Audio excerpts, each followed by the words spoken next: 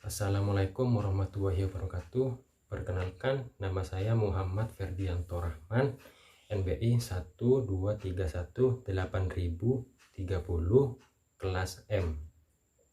Saya akan menjelaskan tentang peningkatan sumber daya manusia yang berkualitas untuk memenuhi tugas Dr. Handes Widiatmo Eko Putro, MA, sebagai dosen pengampu mata kuliah Sosiologi Pembangunan kelas M.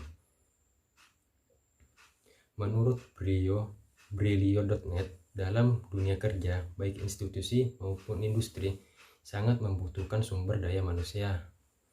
Sumber daya manusia atau yang dikenal juga sebagai sebutan human resources menjadi penting karena akan memberikan dampak yang signifikan bagi kemajuan perusahaan. Sumber daya manusia dalam perusahaan dapat melahirkan potensi-potensi keuntungan bisnis yang tidak pernah terduga sebelumnya. Sebab sumber daya manusia adalah kunci yang memastikan kemajuan suatu industri.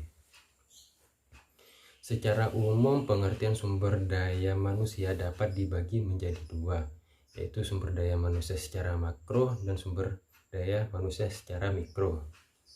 Pengertian sumber daya makro yakni jumlah usia produktif yang ada di sebuah negara. Sedangkan pengertian sumber daya mikro lebih spesifik pada individu yang bekerja pada sebuah institusi. Namun pada hakikatnya sumber daya manusia berupa manusia yang dipekerjakan di sebuah organisasi sebagai pelopor, pemikir, serta perencana untuk mencapai tujuan organisasi. Sedangkan secara garis besar, sumber daya manusia merupakan individu yang bekerja sebagai aktivis suatu organisasi, baik institusi maupun industri, dan berperan sebagai aset yang harus dilatih dan dikembangkan kemampuannya. Menurut liputan6.com, pemerintah mengalokasikan dana pendidikan dalam anggaran pendapatan belanja negara atau APBN 2021 sebesar 549,5 triliun atau sekitar 20% dari APBN.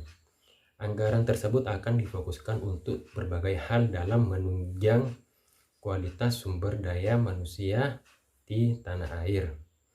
Menteri Keuangan Sri Mulyani Indrawati memastikan pemanfaatan anggaran pendidikan akan digunakan secara optimal untuk menunjang pelaksanaan pendidikan di tengah kondisi pemulihan pandemi COVID-19.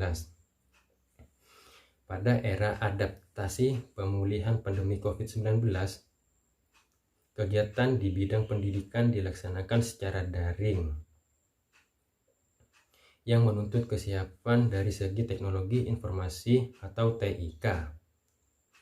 KL terkait telah dan akan terus bekerja sama untuk meningkatkan aksesibilitas dan konektivitas siswa terhadap bahan dan platform pembelajaran daring.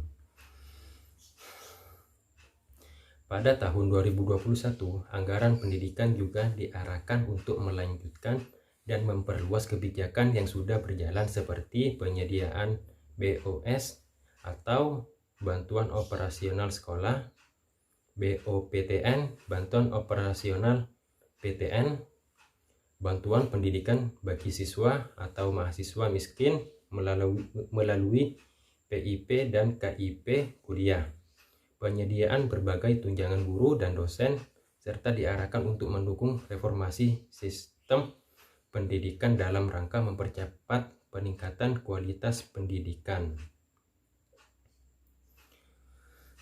Peningkatan kompetensi guru dan pembelajaran di sekolah akan dikembangkan dengan fokus pada peningkatan literasi dan numerasi untuk mendukung pencapaian skor PISA yang lebih tinggi.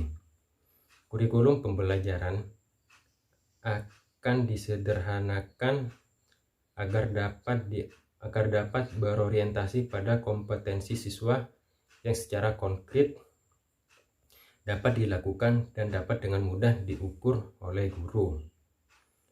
Presiden Joko Widodo menyebutkan anggaran pendidikan tahun 2021 sebesar 549,5 triliun atau 20% dari APBN.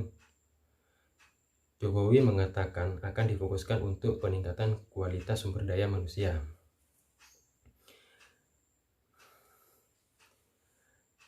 Kemampuan adaptasi teknologi, peningkatan produktivitas melalui pengetahuan ekonomi di era industri 4.0.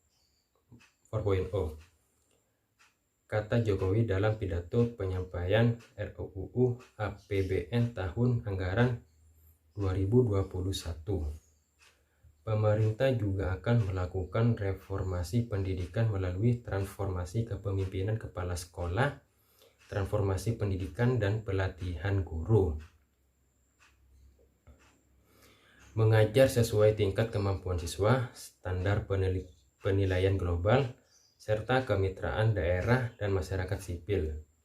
Selain itu dilakukan kebijakan lainnya di bidang pendidikan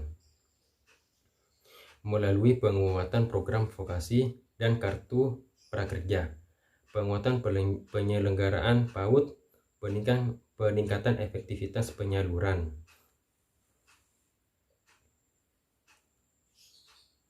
Bantuan pendidikan, BOS, PIP, dan LPDP. Percepatan peningkatan kualitas serpras pendidikan terutama untuk daerah 3T, tertinggal, terdepan, dan tertular, serta penajaman KIP kuliah dan pendanaan pendidikan tinggi.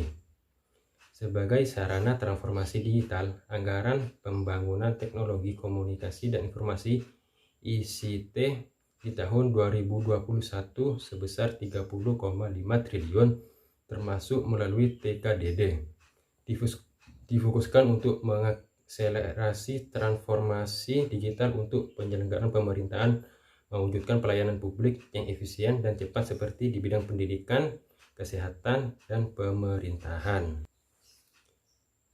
Jadi, dengan meningkatnya kualitas sumber daya manusia akan sangat membantu negara di dalam bidang apapun, dan negara tidak perlu mencari pekerja asing karena kualitas sumber daya manusia sudah sangat baik. Dengan demikian pertumbuhan ekonomi akan meningkat. Sekian dari penjelasan saya. Apabila ada salah kata, saya mohon maaf.